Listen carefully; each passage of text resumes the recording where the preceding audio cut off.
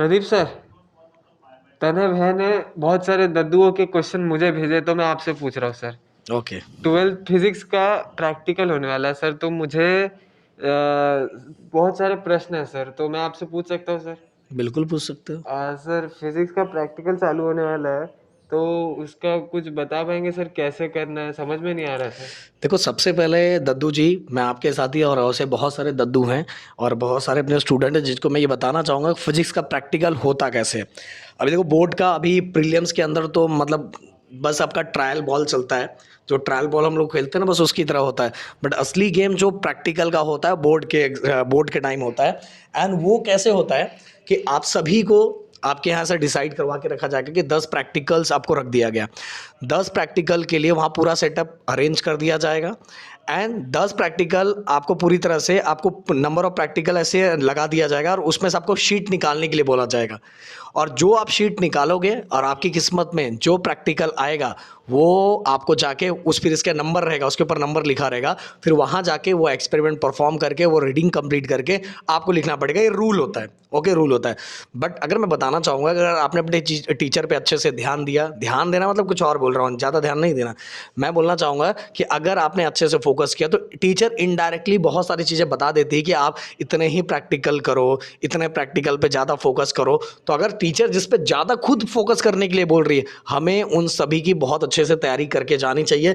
जिससे क्या होगा, हमारे लिए वहाँ प्रैक्टिकल ज़्यादा मतलब एक्सपेरिमेंट करने से, रीडिंग करने से ज़्यादा अच्छा हमें पहले से बहुत सारी चीज़ें पता रहेगी और वो चीज़ें हमारे लिए आसान हो जाएगा। क्योंकि आप सभी को जी 10 प्रैक्टिकल का टीचर ने बोला तो 10 practical number one line wise रखा जाता है और उसमें से शीट निकालने के लिए कहा जाता है। तो इस तरह का एक प्रोसेस होता है। ओके, यही प्रोसेस को फॉलो किया जाता है।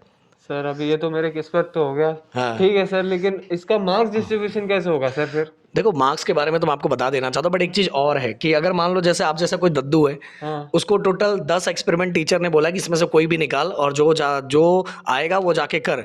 पता चला आपको आया ही नहीं। तो कुछ कुछ टीचर किसी किसी कॉलेज में ना बहुत प्यारे होते हैं, बहुत अच्छे होते हैं मेरी तरह। वो क्या करते हैं, भाई तेरे को कुछ नहीं आ रहा, कौन सा आ रहा है बता। बोलेगा ओ। सर ये वाला आ रहा है। तो भाई वो टीचर उसको उधर भेज देते हैं। बट ये सब कॉलेज में नहीं होता है, कहीं कहीं कॉलेज में होता है भाई।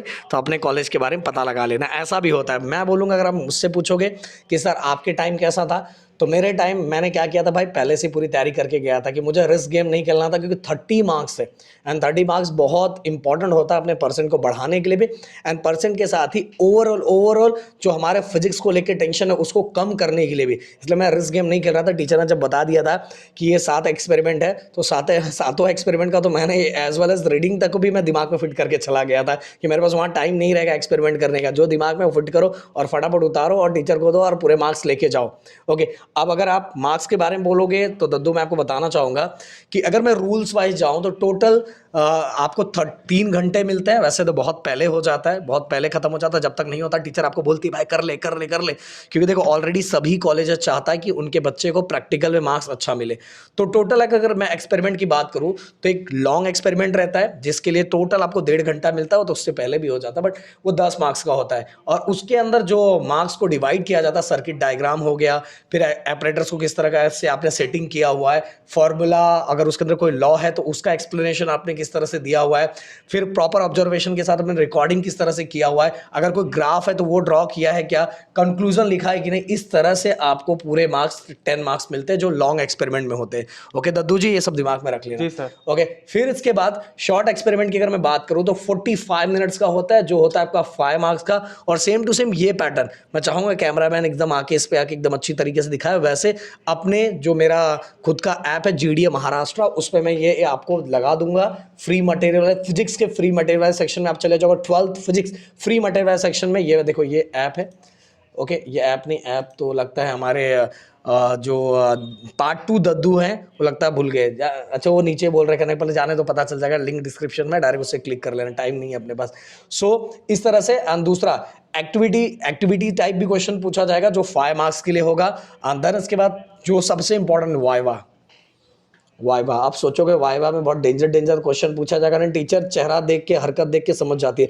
पर एक और इंटरेस्टिंग फैक्ट मैं बताना चाहूंगा कि देखो, जो जितना साल भर जो जो जितना अच्छा स्कोर करता है, टीचर उससे उतना सिंपल क्वेश्चन पूछती है।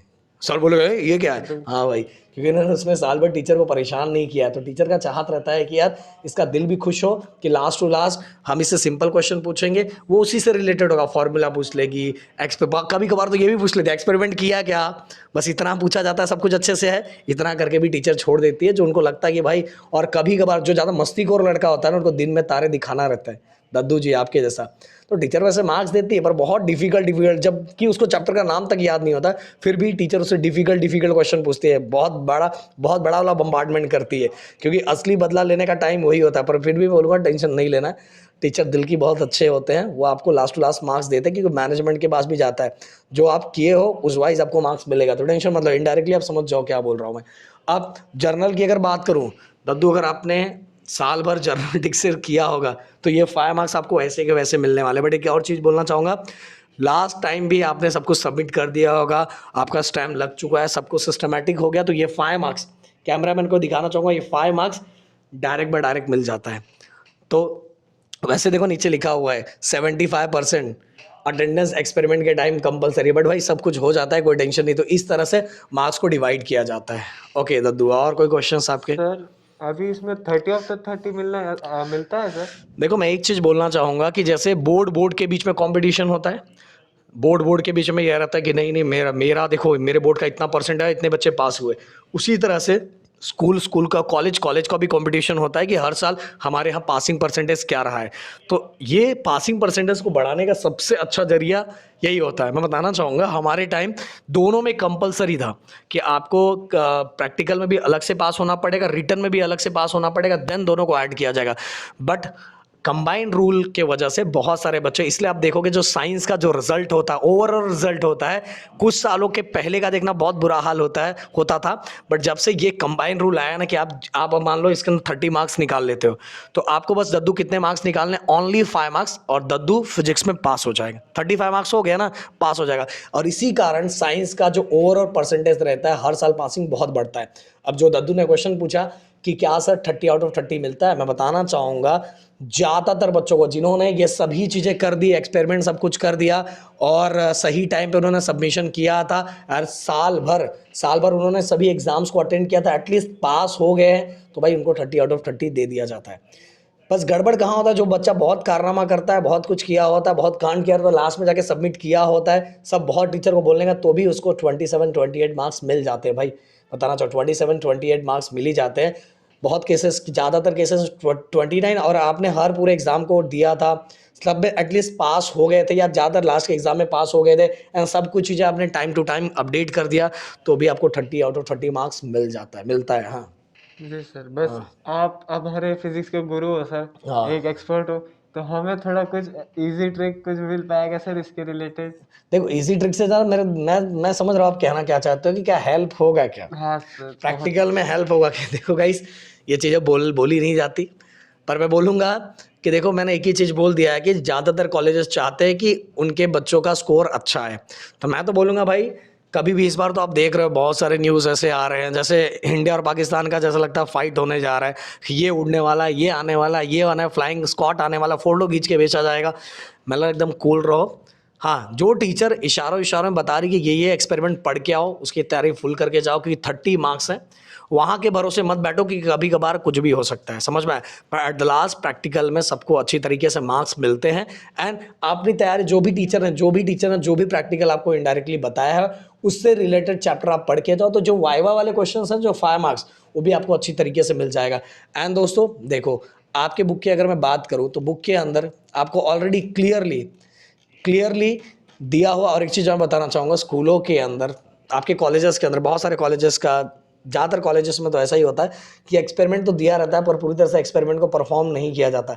तो जो भी आपके कॉलेजेस के अंदर बहुत कम एक्सपेरिमेंट को परफॉर्म किया, बहुत जगह इंस्ट्रूमेंट ही नहीं होता। सही बोल रहा दद्दू? हाँ सर। दादू बोलना मत कि मेरे इधर नहीं हुआ था, नहीं तो भाई राज खुल जाएगा। तो सो मैं बोलना चाहूँगा कि आपके यहाँ जितना है, क्योंकि अब इतने सारे दिए हैं, बहुत सारे जगहों पे तो इंस्ट्रूमेंट ही नहीं होता, बहुत सारी जगह एक्सपेरिमेंट परफॉर्म ही नहीं करवाया जाता, होता ही नहीं है, बस वहाँ जाके टाइम पास हो जाता है, कुछ होता नहीं है, बस रीडिंग डायरेक्ट लिख लिया जाता है। तो अगर आपके यहाँ भी ऐसा कुछ हो रहा है, तो टीचर उसमें से कंपलसरी बता देगी कि ये करके आओ।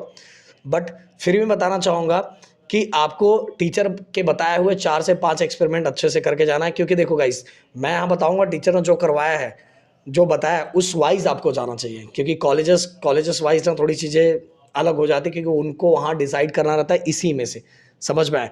तो जो चीज़ें मैंने बताई ज़रूर उस पर ध्यान देना, एंड प्रैक्टिकल के अंदर जल्दबाजी मत करना, आराम से प्रैक्टिकल करना, कोई घबराने का टेंशन नहीं है, आराम से 30 out of 30 मार्क्स मिल जाता है, समझ में। बस जो मैंने स्टेप्स बोले फॉलो करने के लिए, अगर उसको आप करते हो तो। दद्दू जी और कोई क्वेश्चंस? नहीं सर, आपने इतना हेल्प कर दिया, बहुत है। ओके, तो अपने बाकी दद्दुओं को भी बोल देना। सबसे पहली बात तो ये चैनल को सब्सक्राइब करो, एंड डिस्क्रिप्शन में अभिषेक सर ने भी केमिस्ट्री का बहुत स्पेशल वीडियो बनाया प्रैक्टिकल, वो भी करो। वैसे हम लोग भी केमिस्ट्री का एक वीडियो बनाने वाले हैं, मैथ का वीडियो बनाने वाले हैं। देन इसके बाद बायो का भी बोल देंगे, तो बायो को ऐसे तापी मिस बनाने वाली है, हम एक और बना देंगे। राहुल सर को बोल देंगे मैथ का भी बना, मैथ का तो ऑलरेडी बनाया हुआ है। सो गाइस जो बातें मैंने बोली जरूर उसको फॉलो करना। मिलते हैं नेक्स्ट वीडियो में। Thank you so much guys, जय हिंद एंड जय महाराष्ट्र दोस्तों।